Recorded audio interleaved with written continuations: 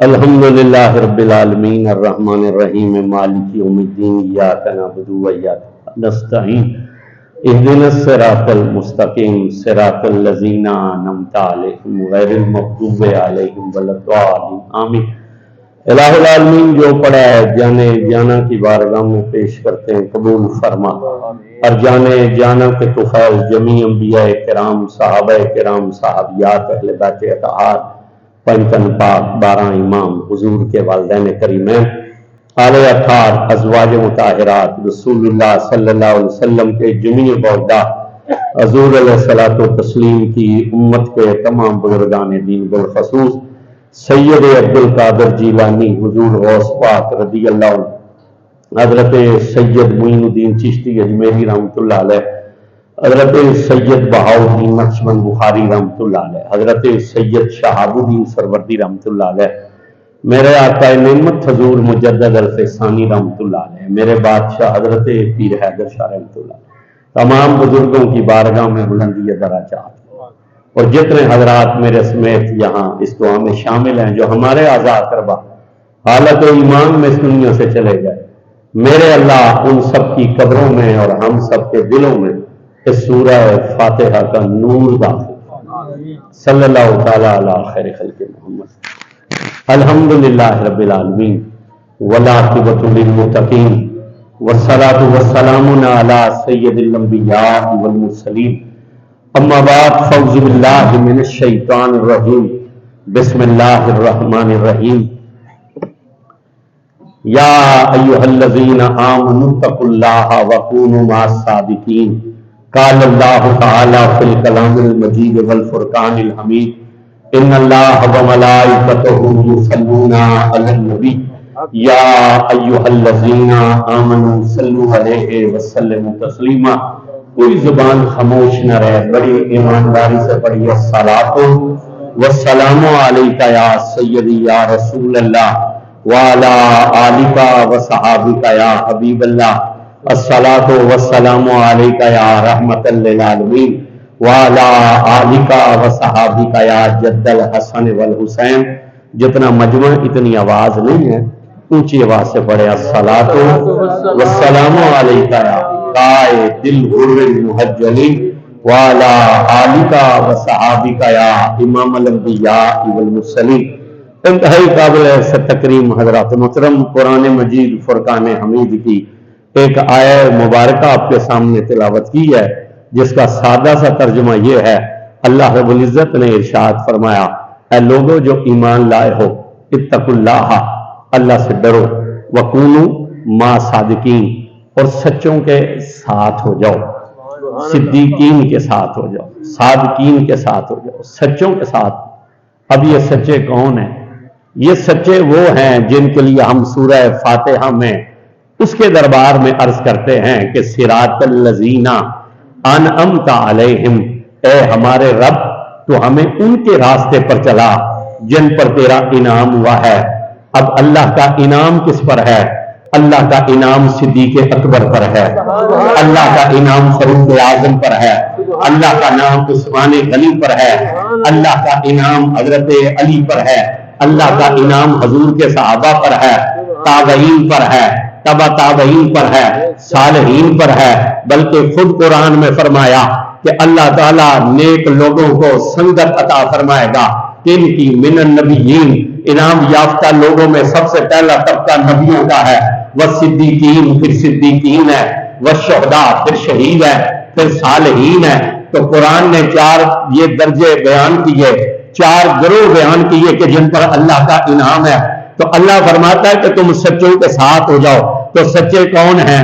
سچے یہی لوگ ہیں جن کا نام عبد القادر جیلانی ہے، جن کا نام غوث سمدانی ہے، جن کا نام سید علی حجویری ہے، جن کا نام محمد باہو ہے، جن کا نام فرید الدین گنج شکر ہے، جن کا نام مہر علی ہے، جن کا نام خواجہ شمس الدین ہے۔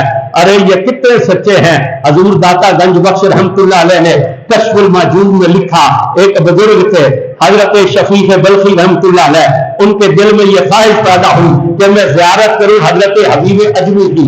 تو وہ حبیب اجمی کی زیارت کے لیے جب گئے تو پتا چلا کہ وہ تو جنگل میں ہے.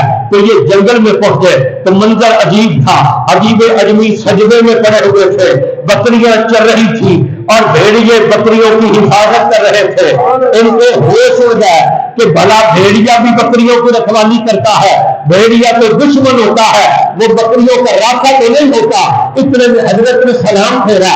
انہوں نے سلام کے بعد انہوں نے قدم دیکھی تھی اور پہلا سوال یہی کیا, یہ مکان کہاں سے حاصل کیا کہ بھیڑیے بکریاں چل رہی ہیں, بھیڑیے ان کی رکھوالی کر رہے ہیں. تو حبیب اجمی نے مسکرا کر کہا کہ بکریوں کے مالک کو اللہ سے محبت ہو گئی ہے, اللہ نے بھیڑیوں کے دل میں بکریوں کی محبت داخل کر دی ہے. اب انہوں نے کہا میں بھوکا اور پیاسا ہوں, مجھے کچھ کھلاؤ اور مجھے کچھ پلاؤ. انہوں نے اپنے کپڑے کے تھیلے سے لکڑی کا ایک پیالہ نکالا, ایک پتھر کے نیچے رکھ کر ہاتھ سے دبایا تو دودھ کا چشمہ جاری ہو گیا. کہا اسے پی لو. پھر دوسری سمت رکھ کے دبایا, شہد کا چشمہ جاری ہو گیا. یہ قدموں میں گرے. انہوں نے کہا یہ مقام کہاں سے حاصل ہوا؟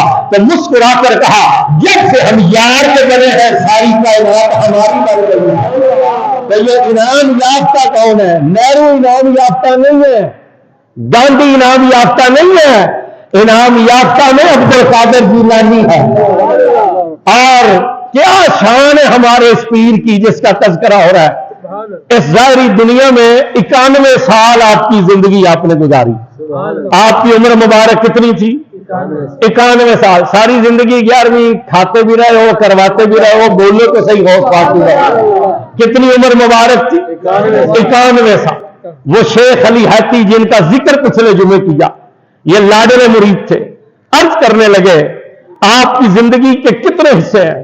فرمایا میری زندگی کے 3 حصے. عرض کی وہ کیسے؟ فرمایا 30 سال میں نے علم دین حاصل کی. 30 سال میں نے علم حاصل کیا. ہمارے ہاں تو 7 سال کے بعد سند مل جاتی ہے, 9 سال کے بعد سند مل جاتی ہے. جو پرانے مدرسے ہوتے تھے وہاں 2 سال میں ہی عالم بنا دیتے تھے, 4 سال میں عالم بنا دیتے تھے.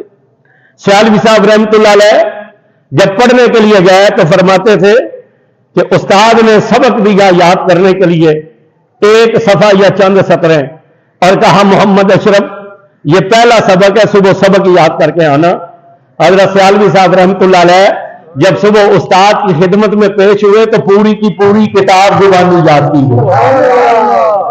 پوری کی پوری کتاب زبانی یاد. استاد نے سبق سنا تو پوری کتاب ہی سنا دیا. وہ لوگ بھی تھے, مجھے اچھی طرح یاد ہے, یہ 12 میل ایک اڈا ہے کبیر والے کے قریب. اس سے پہلے یہاں سے تقریر کرنے کے لیے نکلے جمعہ پڑھا کر تو ساتھ ہمیں لے لیا. غلطی یہ ہوئی کہ وہ مولوی صاحب نے ٹائم لیا تو ہمیں انہیں بتانا نہ یاد رہا کہ حضرت صاحب جو ہے وہ ڈالڈا گھی نہیں کھاتے, اس سے ان کا گلا خراب ہو جاتا ہے. ان کو مسئلہ تھا, وہ دیسی گھی میں سالن کھاتے تھے, روٹی تو ایک ہی انہوں نے کھانی ہوتی تھی. جب پہنچے سردیوں کا موسم تھا, مولانا کو پتہ نہیں تھا, انہوں نے ایک تو بریلر پکا لیا اوپر سے ڈالڈا گھی میں. حضرت صاحب نے وہ کھانا نہ لیا, آپ نے فرمایا کوئی انڈا مل جائے وہی فرائی کر دو. سردی تھی, رات کا وقت تھا, جلسے کے بعد کھانے کا ٹائم تھا, تو انڈا ہی نہ ملا کہیں سے. حضرت صاحب فرمان لگے چلو کوئی دودھ لے آؤ. وہ دودھ بھی نہ میسر ہوا. وہ ساری رات جو ہے نا وہ پھر بھوکے ہی سو گئے. تو باتیں کرتے کرتے مجھے فرمانے لگے اگر تجھ جیسا شاگرد ہو نا تو میں تو 2 سال میں اسے مکمل عالم بنا دوں. بہرحال یہ ان کی شفقتیں تھیں. ہمارے ہاں 7 سال میں فارغ ہو جاتے ہیں, 9 سال میں فارغ ہو جاتے ہیں, اور اگر مفتی بننا ہو تو 2 سال کا کورس وہ کر لیتے ہیں, 11 سال بعد مفتی بن جاتے ہیں. مگر حضور غوث پاک فرماتے ہیں میں نے 30 سال علم حاصل کیا. میں نے 30 سال علم حاصل کیا, اور جب 30 سال میں نے علم حاصل کیا تو رب نے مجھے کتب بنا دیا. سبحان اللہ, اونچی ہونی چاہیے. اللہ نے مجھے کتب بنا دیا. اب میں آپ سے اتنی سی عرض کرنا چاہتا ہوں, یہ عالم ہونے کی تو سند مل جاتی ہے, تو کتب ہونے کی بھی کوئی سند ہوتی ہے؟ عالم ہونے کی تو سند ہے نا. کہیں پر نوکری کے لیے جاؤ, مسجد میں خطابت کے لیے, یا کسی حکومت کے محکمے میں درخواست دو تو وہ کہتے ہیں سند پیش کرو. عالم ہونے کی تو سند مل جاتی ہے, بھلا کتبیت کی بھی کوئی سند ہوتی ہے؟ مگر غوث پاک کیا فرماتے ہیں؟ ہم نے 30 سال علم دین حاصل کیا. فرماتے ہیں اللہ نے مجھے کتب بنایا. فرماتے ہیں جب رب نے کتب بنایا تو 30 سال مجھے شیخ عبد القادر نے خود کو مٹانے پر خرچ کر دیے. 30 سال خود کو. یہاں تو 2 کتابیں کوئی پڑھ لینا تو گردن میں سریا آ جاتا ہے. یہاں تو پھر وہ کہتا ہے کہ میں ہی ہوں. فرماتے ہیں 30 سال خود کو مٹانے میں گزار دیے, مجاہدے کیے, عبادتیں کی, زہد اور تقوی اختیار کیا, جنگلوں کی خاک چھانی. فرماتے ہیں 1 سال میں صرف پتے کھاتا تھا, پانی نہیں پیتا تھا, اس طرح عبادت کی. دوسرے سال صرف پانی پی کر گزارا کیا, کھڑے بھی نہیں ہوا جاتا تھا, کھانا چھوڑ دیا. تیسرے سال نہ کھایا نہ پیا, یہاں تک کہ میرے رب نے مجھے اپنی قسم دے کر کہا کہ عبد القادر کھا. کیوں قسم دی؟ یاد رکھیے گا ولی بتھیرے ہیں مگر محبوب کوئی ہے. ولی لاکھوں کی تعداد میں مگر محبوب ان میں سے کوئی ہے. اور سارے محبوب بھی ایک جیسے نہیں ہوتے, سارے محبوب بھی ایک جیسے نہیں ہوتے. حضور غوث پاک رضی اللہ عنہ فرماتے اس طریقے سے عبادتیں کی. ساری رات ایک ٹانگ پر کھڑے ہو کر قرآن پڑھتے نفس کو مٹانے کے لیے. فرماتے ہیں 30 سال میں نے اپنے نفس کو مٹانے کے لیے زہد و تقویٰ کیا, مجاہدہ کیا. جب مجاہدہ کیا تو فرماتے ہیں پھر مجھے حضور کی زیارت نصیب ہوئی. حضور نے فرمایا عبد القادر 30 سال علم حاصل کیا ہے, 30 سال مجاہدے کیا ہے, اب تیرا خزانہ بھر چکا ہے, اب جو تجھ پر فضل ہونا تھا ہو چکا ہے. عبد القادر اب اگلے 30 سال میری امت میں اس فضل کو تقسیم کرنے میں گزار. اب اگلے 30 سال میری امت میں اس فضل کو تقسیم کرنے میں گزار دے. تو ظاہری عمر مبارک کتنی ہوئی؟ 91 سال. فرماتے ہیں پھر اللہ نے قیومت کبریٰ عطا کی. یاد رکھیے گا کتب جو ہوتے ہیں وہ ایک وقت میں 300 ہوتے ہیں. یہ ہم وہ باتیں کر رہے ہیں جو حضور غوث پاک نے اپنی زبان مبارک سے بیان کی. ایک وقت میں 300 کتب موجود ہوتے ہیں. ڈیوٹی ان میں سے صرف 7 کی ہوتی ہے, کیونکہ 7 اقلیم ہے نا, یہ روحانیت کے 7 جہان ہیں. میں آسان اور کر دیتا ہوں, اگر سکول کالج واسطہ ہوا ہو تو آپ کو پڑھایا گیا ہوگا کہ 7 بر اعظم, خشکی کے زمین پر کتنے ٹکڑے ہیں؟ 7. اور علماء کے پاس بیٹھے ہوں یا شریعت کے بارے میں ایک سرسری سا بھی علم ہو تو آپ کو یہ پتہ ہوگا کہ زمینیں بھی 7 ہیں اور آسمان بھی.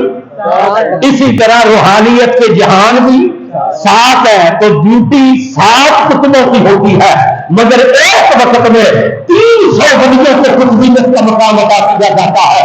حضور غوث پاک کی محفل میں 300 کتب موجود ہوتے تھے. ایک دن یہ کتب اٹھا اور کہنے لگا 399 کتبیں تھے کہ ہمارے دین کی شان کا آپ کو پتا ہے. تو غوث پاک نے اسے دیکھا اور میں کیا شان ہے تمہارے دین کی؟ انہوں نے کہا ہمارے دین آپ ہے اور آپ کی شان یہ ہے آپ چاہے تو مردوں کو زندہ کر دیتے ہیں. آپ چاہے تو مردوں کو زندہ کر دیتے ہیں.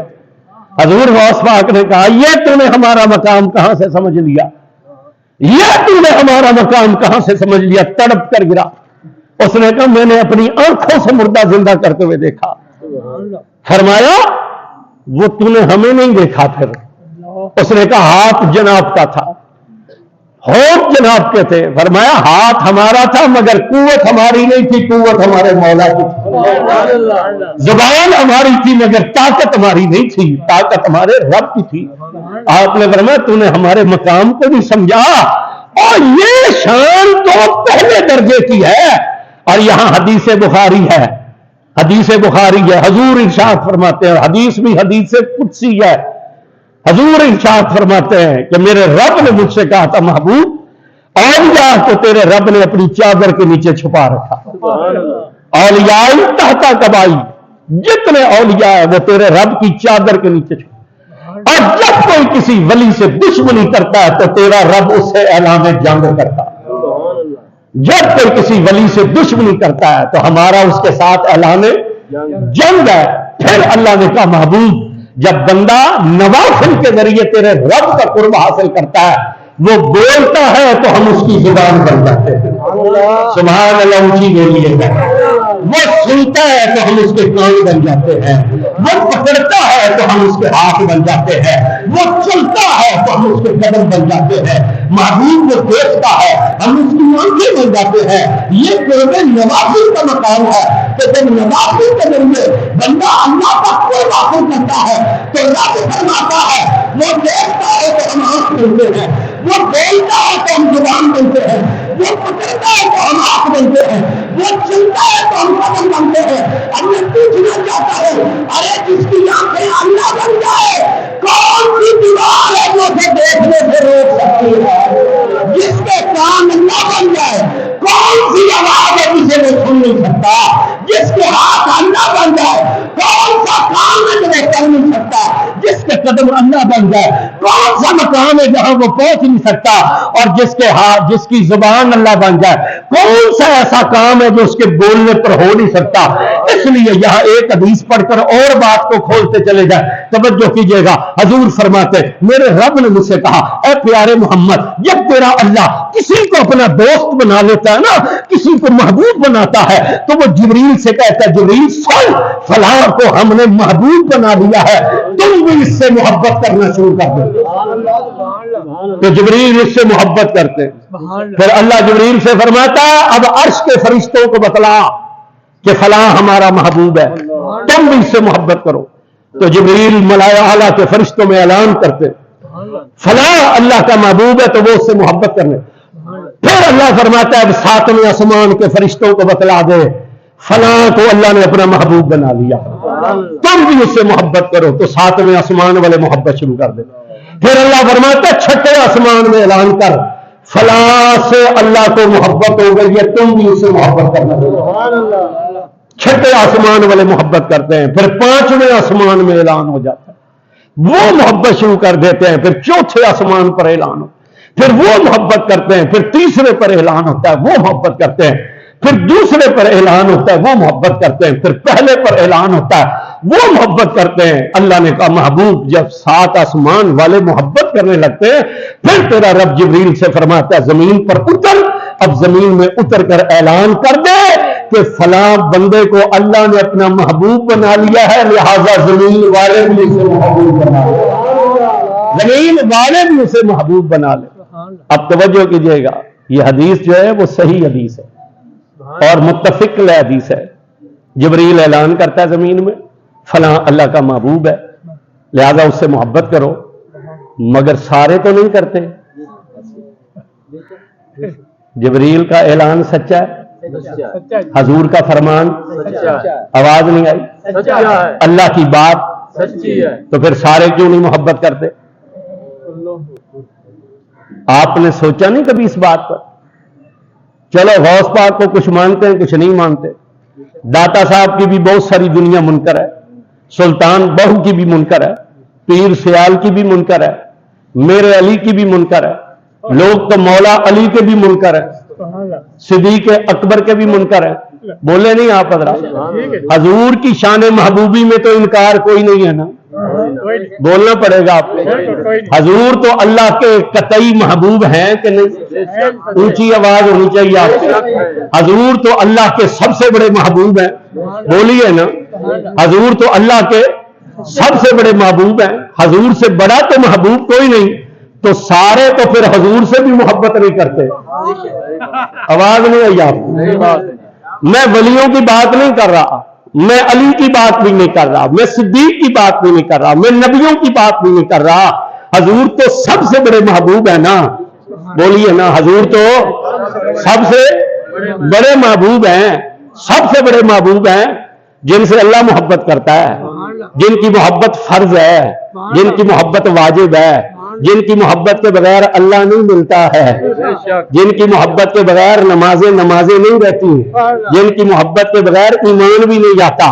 حدیث تو آپ نے سینکڑوں مرتبہ سنی ہے کہ حضور نے فرمایا، سرکار نے فرمایا لا یؤمن احدکم حتی اکون احب الیہ، تم میں سے اس وقت تک کوئی شخص مومن کامل نہیں ہو سکتا جب تک میں محمد، اس کی اولاد، اس کے مال، اس کے ماں باپ، حتیٰ کہ اس کی جان سے بھی زیادہ پیارا نہ ہو جاؤں۔ حدیث تو 1000 مرتبہ سنی ہے، مگر جس طرح ہم سنیں گے اس طرح سنیے۔ یہ مکے کی روایت نہیں ہے، یہ مدینے کی روایت ہے۔ بیان کرنے والے کا نام عبداللہ بن عمر ہے۔ کہتے ہیں رسول اللہ مدینے کی گلی میں جا رہے تھے، میرے باپ عمر بن خطاب کا ہاتھ حضور نے پکڑا ہوا تھا، اور چلتے چلتے حضور نے کہا عمر لا یؤمن احدکم حتی اکون احب الیہ من ولدہ ووالدہ والناس اجمعین، اس وقت تک تم میں سے کوئی شخص مومن کامل نہیں ہو سکتا جب تک میں محمد، اس کے مال، اس کی اولاد، اس کے ماں باپ، حتیٰ کہ اس کی جان سے بھی زیادہ پیارا نہ ہو جائے۔ فرماتے عبداللہ بن عمر جب حضور نے یہ کہا تو میرے والد حضرت عمر رضی اللہ عنہ نے کیا کہا؟ انہوں نے کہا یا رسول اللہ مال سے بھی پیارے ہو،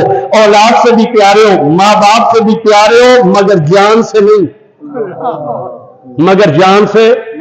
عبداللہ بن عمر کہتے ہیں جب میرے باپ نے یہ کہا نا تو حضور نے عمر کا ہاتھ چھوڑ دیا، حضور نے حضرت عمر کا ہاتھ چھوڑ دیا۔ حضور نے کہا عمر تیرا ایمان مکمل نہیں ہے، تیرا ایمان اونچا بولیے ذرا، تیرا ایمان مکمل نہیں۔ حضرت عمر نے آگے سے یہ نہیں کہا تھا کہ میں مسجد نبوی کی پہلی صف کا نمازی ہوں، میں مسجد نبوی کی پہلی، کیا میرا ایمان مکمل نہیں ہے؟ میں جب کلمہ پڑھنے کے لیے آیا تھا آپ کو چھپ کر عبادت کرتے تھے، وہ میں ہی عمر تھا جس نے کہا تھا نکل کر کعبے میں عبادت کیجیے۔ سبحان اللہ نہیں آپ لوگ بول رہے؟ جس نے کہا تھا کہ آپ حق پر نہیں ہیں، حضور نے فرمایا حق پر ہیں، فرمایا پھر چھپ کر عبادت کیوں کرتے ہیں، کعبے میں چل کر عبادت کیجیے۔ حضور نے کہا عمر تیری قوم بڑی سخت ہے، انہوں نے کہا اب میں آپ کا غلام ہوں، حضور نکلیے میں دیکھتا ہوں کون ہے میرے نبی کو نماز کعبے میں پڑھنے سے۔ تو پہلی نماز جماعت کے ساتھ حضور نے جو کعبے میں پڑھائی تھی نا وہ حضرت عمر کے کہنے پر پڑھائی تھی۔ انہوں نے یہ کوئی نہ کہا میری وجہ سے تو نماز حجرے سے نکل کر کعبے میں آئی ہے، ابھی بھی میرا ایمان کامل نہیں ہے۔ جب 13 سال تبلیغ کے بعد حضور ہجرت کرنے لگے تھے نا تو حضور نے صحابہ سے کہا کرو ہجرت، تو سب نے چھپ چھپ کر اندھیروں میں ہجرت کی، مگر یہ وہ مرد تھا جو رات میں نہ نکلا، دن کے اجالے میں نکلا، پہلے کعبے کا طواف کیا اور طواف کر کے پھر تلوار نیام سے نکالی اور نکال کر کہا یا اہل القریش، اے قریش والے میں عمر بن خطاب ہجرت کر کے مدینے جا رہا ہوں، جس نے اپنی بیوی کو بیوہ اور بچوں کو یتیم کروانا ہو وہ آئے اور آ کر عمر کا راستہ روک۔ انہوں نے کہا ابھی بھی میرا ایمان مکمل نہیں ہے، سارے لوگ کے ہجرت کی تھی، میں نے باہر نکل کر ہجرت کی، ابھی بھی میرا ایمان مکمل نہیں ہے۔ یہ جو اذان آئی ہے یہ میرے خواب میں آئی ہے، ابھی بھی میرا ایمان مکمل نہیں ہے۔ بدر کی جنگ پر جب قیدیوں کا فیصلہ ہوا تھا اللہ نے میری تائید کی تھی، ابھی بھی میرا ایمان مکمل نہیں ہے۔ حضرت عمر نے آگے سے یہ نہیں کہا تھا، زارو قطار رونے لگے، جب رویا زارو قطار حضور نے ایک نظر حضرت عمر پر ڈالی اور سینے پر ہاتھ رکھ کر پھیرا، جب ہاتھ اٹھایا تو عمر چلا اٹھے اب مجھے میری جان سے بھی زیادہ پیارے ہو، اب مجھے میری جان سے بھی زیادہ پیارے ہو۔ اب سارے تو حضور سے بھی محبت نہیں کرتے، اگر سارے محبت کرتے تو ابو جہل کیوں بنا، ابو لہب کیوں رہا، اتبا کیوں رہا، شیبہ کیوں رہا؟ اگر سارے محبت کرتے نا تو رسول کی آل کے سر ریزوں پر نہ چڑھائے جاتے، اگر سارے محبت کرتے تو خیموں کو آگ، اب بولیے گا تھوڑا سا، خیموں کو آگ، بھئی پانی بند نہ ہوتا۔ اگر سارے محبت کرتے تو پھر سارے تو حضور سے بھی محبت نہیں کرتے، جب تو اللہ فرماتا ہے، جبریل کو حکم دیا جاتا ہے زمین پر اتر کر اعلان کر کہ فلاں اللہ کا محبوب ہے، سب اس کے ساتھ محبت کرو، تو توجہ کیجیے گا سارے محبت کیوں نہیں کرتے؟ بھائی محبت ہے فعل الہی، محبت کس کا فعل ہے؟ آواز اونچی ہونی چاہیے، محبت کس کا فعل ہے؟ ہر بندے کو مولا کا نام ذرا اونچا لینا پڑے گا۔ محبت کس کا فعل ہے؟ اللہ کا اونچا لیں گے۔ محبت کس کا فعل ہے؟ آواز پھر اور اونچی ہونی چاہیے، محبت کس کا فعل ہے؟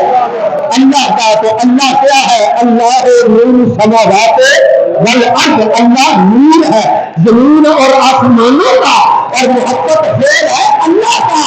اب جو محبت نہیں کرتے وہ سچے ہیں، اس لیے کہ نور قریب جگہ پر نہیں آتا، نور پاک زندے میں آتا ہے۔ جو محبت نہیں کرتے وہ سچے ہیں، اس لیے کہ محبت ہے فعل الہی اور اللہ ہے نور، تو اللہ کا فعل بھی نور ہے، تو نور پلید سینوں میں نہیں آتا۔ نور کہاں آتا ہے؟ آپ بولیے گا ذرا، جن کے سینوں میں ہے انہیں بولنا چاہیے نور کہاں آتا ہے؟ پاک سینوں میں۔ اس لیے کوئی اگر بات کرے نا تو نہ بحث کیا کرے، سمجھ آیا کرے یہ عبد القادر کا منکر ایسے ہی نہیں ہے، اس کا سینہ پلید ہے، پلیدوں سے بحث ہے۔ اب بولیا کرے جی پلیدوں سے بحث ہے نہیں کرتے، فرماتے ہیں پھر غوثیت کبریٰ عطا ہوئی، اور جب غوثیت کبریٰ عطا ہوئی دل میں خیال آیا شاید یہ اس لیے ملی ہے کہ میرے چلے زیادہ ہیں، یہ مجاہدہ زیادہ ہے، یا علم زیادہ ہے۔ آواز آئی عبد القادر، ہم نے چلوں کی وجہ سے نہیں دی، ہم نے علم کی وجہ سے نہیں دی، یہ غوثیت کبریٰ تجھے اس لیے عطا کی ہے کہ تیری ماں حسینی نے تیرا باپ حسن کی نے۔ آپ نے اس کتب سے کہا تو نے ہمارے مقام کو سمجھا ہی نہیں، یہ تو پہلا درجہ مردے زندہ کرنے کا ہے۔ اور کس کو حاصل ہوتا ہے؟ جو قرب نوافل سے اللہ کا ہو جاتا ہے۔ اللہ خود فرما رہا ہے نا جو نفل پڑھ پڑھ کر ہمارا ہو جائے، پھر ہے نا اعلان جو ہمارا ہو جاتا ہے ہم اونچی آواز ہونی چاہیے۔ اس لیے اب کوئی کمینہ تمہیں یہ کہے نا وہ دیکھو جی یہ مولوی لمبی لمبی چھوڑ رہے ہیں جی، یہ جنید بغدادی نے مسلح بچھایا دریا پر اور وہ کشتی بن گیا، بلا مسلوں سے بھی تیرتے ہیں، تو میں نے کہا کمینے تو نے حدیث نہیں پڑھی، جب اللہ اعلان کر دیتا ہے یہ ہمارا دوست ہے تو دریا کی جرت ہے جنید کے مسلح کو غرق کرے، دریا کی جرت ہے جنید کے مسلح کو غرق کرے جب وہ دوست بن جاتے ہیں۔ اب توجہ کیجیے گا، یہ 3 درجے ہیں۔ پہلا قرب نوافل کا ہے، یہ ہر ولی کو حاصل ہو جاتا ہے کہ جب وہ نوافل کے ذریعے اللہ کا قرب حاصل کرتا ہے پھر اس کی شان کیا ہوتی ہے؟ وہ بولتا ہے جو اس کی زبان سے نکلتا ہے اللہ ویسے ہی کر دیتا ہے، وہ بولتا ہے جو اس کی زبان سے نکلتا ہے اللہ، یہ قرب نوافل کے ذریعے یہ درجات حاصل ہوتے ہیں۔ تو جنہیں پہلا درجہ ہی سمجھ نہ آیا، اور میں تو اسے اگلی بات کرتا ہوں، جنہیں لفظ غوث ہی سمجھ نہ آیا وہ مقام غوث کو کیا سمجھیں گے؟ جو لوگ اس بات پر ہی پھنس گئے کہ غوث کس کو کہنا چاہیے، وہ شیخ عبد القادر کے مقام کو کیا سمجھیں گے؟ جن کو غوث پاک کی یہی شان سمجھ نہ آئی، جنہیں لفظ غوث سمجھ نہ آیا، آپ فرماتے ہیں کہ وہ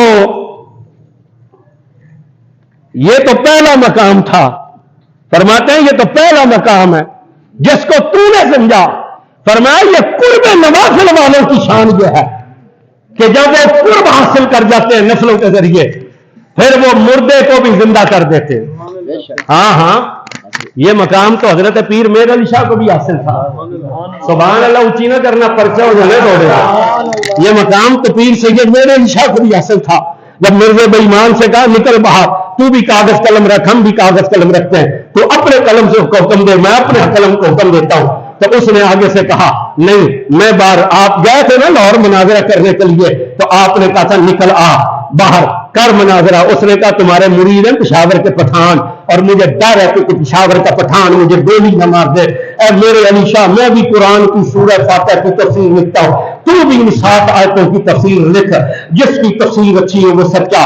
آپ نے جواب بھیجا، آپ نے فرمایا کمینے تو نے نبوت کا دعویٰ کیا ہے، ہم نے مدینے والے کی غلامی کا دعویٰ کیا ہے، یہ کیا بات ہوئی؟ تو بھی تفسیر لکھے میں بھی تفسیر لکھا، پھر مولویوں کا بورڈ بنے، پھر وہ دونوں کی تفسیر پڑھ کر فیصلہ دے۔ فرمایا باہر نکل، تو اپنے کاغذ قلم رکھ، میں اپنے کاغذ قلم رکھتا ہوں، تو اپنے قلم کے حکم دے وہ لکھے، میں اپنے قلم کے حکم دیتا ہوں، جس کا قلم اٹھ کر قرآن لکھنے شروع کر دے وہ سچا، جس کا قلم اٹھ کر لکھنے شروع کر دے وہ سچا۔ گا مگر مرزا بھائی ایمان نہ آیا. سید فتح یاد ہو کر چلے گئے. کچھ وقت گزرا, رات کا وقت تھا. یہ خدا بخشی ہونا جو خوشاب کا مالک تھا, حضرت کا غلام تھا, کوئی دبا رہا تھا حضرت سے, دباتے دباتے کہنے لگا آپ نے اتنا بڑا دعویٰ کر دیا کہ تو بھی کاغذ قلم رکھ, میں بھی کاغذ قلم رکھتا ہوں. اگر وہ آ جاتا, سبحان اللہ, دنیا دار تھا نا, اگر وہ اونچا بولو ذرا, اگر وہ آ جاتا, اگر وہ آ جاتا, اتنا کہا نا. بابا لیٹا ہوا تھا, اٹھ کر بیٹھ گیا. سید نے کہا کیا کہا تو نے ٹمانا, کیا کیا تو وہ کم گیا. اس نے کہا آپ نے جو کہا نکل کاغذ قلم رکھ, میں بھی کاغذ قلم رکھتا ہوں. اگر وہ آ جاتا, سید نے کہا سن ماں نہ بولے گا, اب تو سامنے نے بولے گا, پر میں ماں نہیں بولے, میرے نانے نے کیا کیا, میرے انصاف یہ تو قلم ہے. آج بھی مجھے کو عزت کرے گا, وہ بھی مجھ پر کرے گا, یہ تو قلم ہے. تو مجھے کو عزت کرے گا, وہ بھی کلمہ پڑھنا شروع کر دے گا. یہ قرب نوافل کا مقام ہر ولی کو حاصل ہے. اس کے اوپر ہے قرب فرائض کا مقام. سبحان اللہ. قرب نفل پڑھنے والا مردے زندہ کر سکتا ہے, جسے فرائض کے ذریعے قرب حاصل ہو اس کی شان کیا ہوگی. آواز نہیں آئی آپ کو. جسے قرب فرائض حاصل ہو, پھر اس کے اوپر ہے قرب وجود کا مقام. فرمایا سن, یہ جو تجھے مقام ہم نے عطا کیا ہے نا, قرب نوافل کی وجہ سے نہیں, یہ قرب فرائض کی وجہ سے نہیں, یہ قرب وجود کی وجہ سے, یہ مصطفیٰ کے خون کی وجہ سے. اب قرب وجود کیا ہے, تھوڑا سا کھول کر سمجھا دیتے ہیں. قرب وجود یہی ہے کہ حضور نے فرمایا تھا جس نے فاطمہ کو ناراض کیا اس نے اللہ کو ناراض کیا, بلکہ ان سے کہا تھا جس نے تجھے ناراض کیا اس نے میرے رب کو ناراض کیا, اور جس نے تجھے راضی کیا اس نے میرے, آواز اونچی ہونی چاہیے, جاگ رہے ہیں آپ, توجہ ہے بھائی. تھوڑا سا غور کی بات ہے نا, رسول اپنی بات کریں تو سمجھ آئے نا کہ جس نے نبی کو ناراض کیا اس نے, آواز آنی چاہیے آپ کی, اس نے اللہ کو ناراض کیا. جس نے نبی کو راضی کیا اس نے, بھائی رسول اپنی بات کرے نا تو سمجھ آتی ہے کہ قرآن کہہ رہا ہے اطیع اللہ و اطیع رسول, اللہ کی اطاعت کرو اور رسول کی اطاعت کرو, اللہ کو راضی کرو اور رسول کو راضی کرو. اللہ اور اس کے رسول کے آگے نہ چلو, جو اللہ اور رسول تمہیں دے وہ لے لو. بھائی قرآن نے نبی کا مقام اللہ کے ساتھ بیان کیا نا, بلکہ یہاں تک کہا وَمَن یُطِعِ الرَّسُولَ فَقَدْ أَطَاعَ اللَّهَ. حضور اپنے بارے میں کہتے ہیں کہ سنو, جس نے ہمیں راضی کیا اس نے اللہ کو راضی کیا, جس نے ہمیں ناراض کیا اس نے اللہ کو ناراض کیا. مگر رسول یہاں اپنی بات نہیں کرتے, رسول اپنی لخت جگر کو دیکھ کر کہتے ہیں اے فاطمہ جس نے تجھے راضی کیا اس نے میرے رب کو راضی کر دیا, جس نے تجھے ناراض کیا اس نے میرے رب کو ناراض کیا. یا رسول اللہ, مقام رسالت تو مقام الوہیت سے کہ ساتھ نسبت ہو تو سمجھ آتی ہے, مگر یہ مقام فاطمہ کو رضائے الہی اور ناراضگی رب کے لیے کیوں کہا جا رہا ہے؟ کہا تجھے سمجھ نہیں آئی, یہ قرب وجود کا مقام ہے, یہ قرب وجود کا مقام ہے. اس لیے تو کہا تھا فاطمہ تو بدت منی, فاطمہ میرے جگر کا ٹکڑا ہے, فاطمہ میرا ٹکڑا ہے. جس نے اس کو ناراض کیا اس نے مجھ محمد کو ناراض کیا, جس نے مجھے ناراض کیا اس نے اللہ کو ناراض کیا, جس نے اسے راضی کیا اس نے مجھے راضی کیا, جس نے مجھے راضی کیا اس نے اللہ کو راضی کیا. پھر اس قرب وجود کی شان کیا ہے؟ سیدہ عائشہ فرماتی ہیں, بخاری کی حدیث ہے کہ میں نے اتنا حضور کا مشابہ کسی کو نہ دیکھا تھا جتنا سیدہ فاطمہ کو حضور کا مشابہ, کہ فاطمہ بولتی تھی تو یوں لگتا تھا جیسے رسول بولتے, فاطمہ اٹھ کر کھڑی ہوتی تھی تو یوں لگتا تھا جیسے رسول اٹھ کر کھڑے ہوتے, فاطمہ بیٹھتی تھی تو یوں لگتا تھا جتنا رسول بیٹھتے, فاطمہ چلتی تھی تو یوں لگتا تھا جتنا رسول جس طرح چلتے ہیں. تو توجہ کیجیے گا, یہ قرب وجود ہے. اس قرب وجود کی بنیاد پر ہم یہاں گئے ایک مرتبہ, یہ لاہور تقریر کرنے جانا تو اکثر ہی رہتا ہے, پیچھے بھی گئے 2 ہفتے پہلے, جانا تو رہتا ہے, پورے پنجاب میں جانا رہتا ہے. توجہ کریں, اور جب یہاں تقریریں بند تھیں ان دنوں میں باہر تقریریں تو ہو رہی تھی, اور قدرتی ربیع الاول تھا، ربیع الاول میں تو جھنگ تقریر ہوتی کوئی نہیں ہماری، ساری ہوتی واریاں ایک جلوس پہ ہوتی تھی، وہ نہیں ہو سکی، اور اس میں بھی مجھے لا الہ الا اللہ محمد رسول اللہ ایک لمحے کے لیے بھی مجھے پریشانی نہیں آئی. یہ جب زبان بندی ہوئی ہے نا، ایک لمحے کے لیے بھی مجھے پریشانی نہیں آئی.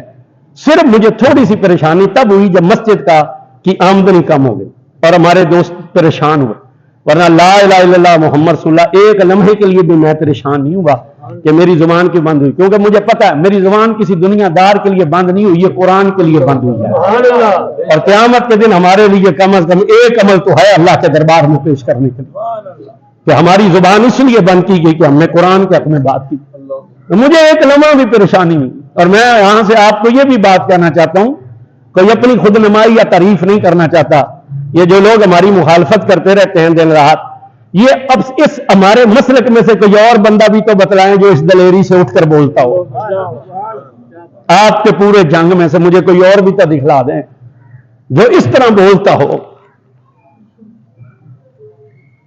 یہ جو ہم بولتے ہیں نا، یہ بھی سائیوں کی وجہ سے بولتے ہیں، سمجھ نہیں ہے آپ کی، یہ بھی سائیوں کی وجہ سے بولتے ہیں. آپ تھوڑی سی توجہ کریں، یہ زندگی کے حصے ہوتے ہیں، اس میں کوئی پریشان نہیں ہونا چاہیے. یہ آزمائشیں ہوتی ہیں، امتحان ہوتے ہیں. ہمارے اوپر کون سا امتحان؟ میں تو یہ اکثر اپنے ساتھیوں کو سمجھاتا ہوں، پریشان نہ ہوا کرو. جو حضور کے امتحان ہیں وہ تو ان میں سے ایک امتحان بھی ہم پہ کبھی نہیں آئے. ہم جتنے بھی غربت میں ہوں نا اور تنگی میں ہوں، پھر بھی کھا کر سوتے ہیں، چاہے اچار سے کھا لیں. مگر عالم یہ ہے کہ حضرت عمر فرماتے ہیں کہ میرے گھر میں کچھ نہیں تھا، 3 دن سے میں نے کچھ نہ کھایا. میں نے سوچا میں ابو بکر کے دروازے پر جاتا ہوں. کہتے ہیں میں صدیق کے دروازے پر پہنچا تو وہ باہر نکل رہے تھے. جب میں نے انہیں دیکھا تو انہوں نے کہا عمر چل رسول اللہ کی بارگاہ میں چلتے ہیں، میرے گھر بھی 3 دن سے کچھ نہیں بنا. کہتے ہیں ہم حضور کے دروازے پر آئے تو رسول اللہ باہر تشریف لا رہے تھے. عرض کی یا رسول اللہ ہم آپ کی خدمت میں حاضر ہیں، کچھ کھانے کے لیے مل سکتا ہے؟ حضور نے فرمایا ہمارے گھروں میں بھی 3 دن سے کچھ نہیں. کہتے ہیں یہ کہہ کر ہم حضور کے ساتھ چلے تو آگے حضرت ابو ایوب انصاری رضی اللہ عنہ کھڑے تھے. انہوں نے جب سرکار کے چہرہ مبارک پر کمزوری کے اثرات دیکھے تو عرض کی حضور میرے گھر آپ کی دعوت. فرماتے ہیں ہم تینوں حضور کے ساتھ ان کے گھر چلے گئے. انہوں نے بکری کا ایک بچہ ذبح کیا اور انگوروں کا ایک خوشہ ہمارے سامنے حضور کے رکھا. عرض کی حضور جب تک کھانا تیار ہوتا ہے نا آپ یہ تناول کریں. حضور کھجوریں کھانے لگے، ہم اتنے میں کھانا تیار ہوا. جب کھانا لایا گیا نا پیش کیا گیا تو حضرت عمر فرماتے ہیں حضور نے ایک روٹی اٹھائی، اس پر 3 بوٹیاں رکھی اور 3 بوٹیاں رکھ کے حضور نے کہا ابو ایوب یہ 3 بوٹیاں یہ روٹی میری فاطمہ کے گھر لے جا، میری بیٹی نے بھی 3 دن سے کچھ نہیں کھایا. ہم پر تو ایسا امتحان کبھی نہیں آیا، ہم تو پھر شکر نہیں ادا کرتے ہیں. یہ جتنی ہم پہ مہربانی ہے نا ساری حضور کی وجہ سے. سمجھ آ رہی ہے کہ نہیں؟ جے میں ویکھاں عملہ والے تو کچھ نہیں میرے پلے. توجہ کیجیے گا، باتیں لمبی ہو جاتی ہیں.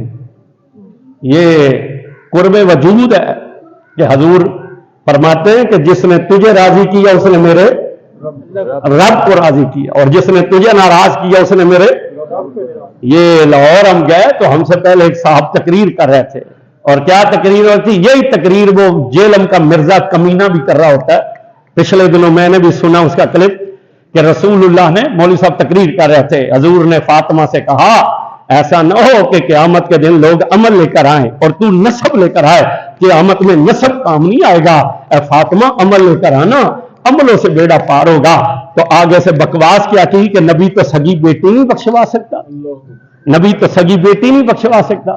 بعد میں جب ہماری باری آئی تو میں نے خطبہ پڑھتے کہا، میں نے کہا مولانا ہم نے اس نبی کا کلمہ نہیں پڑھا جو سگی بیٹی نہ بخشوا سکے، ہم نے تو اس نبی کا کلمہ پڑھا جس نے فرمایا تھا الفاطمہ تو سیدۃ النساء اہل الجنہ، میری فاطمہ جنتی عورتوں کی سردار ہے.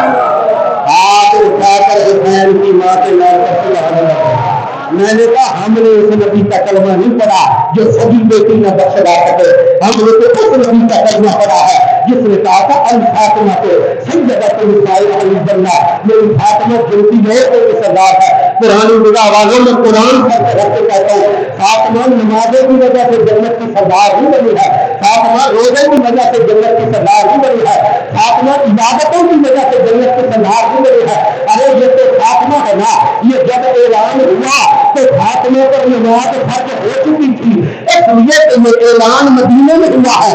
یہ بشارت جب فرشتہ لے کر آیا حضور مدینے میں تشریف لاتے ہوئے تھے اور نماز جو تھی وہ مکہ میں فرض ہو چکی تھی کہ جب 51 سال کی عمر میں رسول اللہ معراج میں تشریف لے گئے، نبوت کے اعلان کے 11 بعد نماز فرض ہو چکی تھی، 13 سال ہجرت یہ اعلان اس کے بعد ہوا، مگر یہ آدھا اعلان تھا۔ فرشتے نے آ کر صرف اتنا بھی کہا تھا، فرشتے نے یہ بھی کہا تھا تیرا رب فرماتا ہے ہم نے تیری فاطمہ سے جلدی اور کی سردار بنا دیا ہے، تیرا رب فرماتا ہے ہم نے تیرے حسن حسین کو جنتی جوانوں کا سردار بنا دیا۔ یہ جو حسن اور حسین جنتی جوانوں کے سردار بنے، یہ نمازوں کی وجہ سے سردار نہیں بنے، ان پر تو اس وقت تک نماز فرض بھی نہیں ہوئی تھی جب انہیں سردار بنا دیا گیا، ان پر نماز بھی فرض نہیں تھی جب انہیں سردار بنا دیا گیا تھا۔ مجھے اندازہ نہیں ہوا وقت کا، بس ایک جملہ 1 منٹ کا سن لیں۔ نماز فرض بھی نہیں تھی ان پر، یہ نمازوں کی وجہ سے سردار نہیں بنے، یہ قرب وجود کی وجہ سے سردار بنے، یہ حضور کے جسم کا ٹکڑا ہونے کی وجہ سے سردار بنے، یہ خون رسول کی وجہ سے سردار ہے۔ یہی وجہ ہے کہ وہ جنگ موتا میں شہید تو 3 ہوئے تھے، ایک زید بن حارثہ جسے متمنا بنایا، دوسرا حضرت روا ہے یہ رسول اللہ کا جانسار صحابی ہے، تیسرے جعفر طیار ہے، مگر 2 شہید جو پہلے ہوئے زید بن حارثہ اور حضرت عبداللہ بن رواحہ ان کے بازو پر نہیں بنے، پر لگائے گئے تو جعفر طیار کو لگائے گئے، سبحان اللہ اونچی۔ باقی 2 بھی تو شہید تھے، پہلے وہ سردار بنے، حضور بتلا رہے ہیں نا، زید بن حارثہ شہید ہو گیا، پھر کہا عبداللہ بن رواحہ شہید ہو گیا، پھر جھنڈا پکڑ لیا تھا حضرت جعفر طیار نے، پھر جب بازو کٹے تو رسول اللہ نے کہا اللہ نے جعفر طیار کے بازوؤں کی جگہ 2 پر لگائے اور وہ ان پروں کے ساتھ فرشتوں کے ساتھ جنت میں اڑتا پھرتا ہے۔ وہ بھی صحابی ہیں، صحابی یہ بھی ہے، مگر انہیں پر کیوں نہیں دیے؟ کہا اس لیے کہ وہ تیرے چچے کے بیٹے نہیں ہیں، آواز اونچی نہ بولنا، پرچہ ان کو پر کیوں نہ لگائے، انہیں پر کیوں لگائے؟ اس لیے کہ وہ علی کا بھائی ہے، 10 سال بڑا ہے، کہا اس کا خون تیرے خون میں سے ہے، سارے مقام قرب نوافل یا فرائض سے نہیں ملتے، کچھ شانیں وہ ہوتی ہیں جو حضور کا خون ہونے کی وجہ سے اس لیے غوث پاک کا مقام سب ولیوں میں اونچا ہے، ان کی رگوں میں رسول اللہ کا خون ہے۔ آمین واخر دعوانا الحمدللہ۔ غلطی ہو گئی، معذرت چاہتے ہیں۔